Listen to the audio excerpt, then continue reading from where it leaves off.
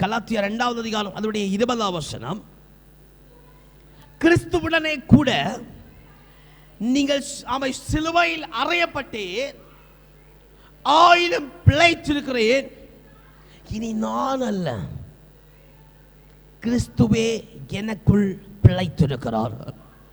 நான் இப்பொழுது மாம்சத்தில் பிழைத்திருக்கிறதோ, என்னில் அன்பு கூர்ந்து எனக்காக தம்மை தாமே ஒப்பு கொடுத்த பற்றும் விசுவாசத்தினாலே பிழைத்திருக்கிறேன். அல்லேலூயா, அல்லேலூயா, அல்லேலூயா.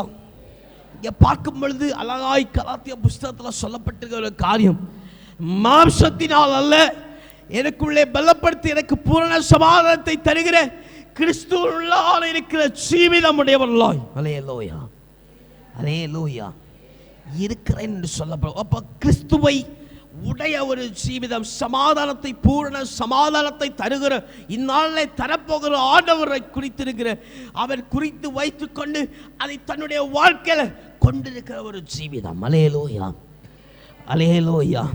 கிறிஸ்து இயேசுவை முன்னிறுத்தி அவரை நிலைநிறுத்துகிற, தம்முடைய வாழ்க்கையில் நிலைநிறுத்துகிற ஒரு ஜீவிதம் உண்டாயிருக்கணும். அல்லேலூயா.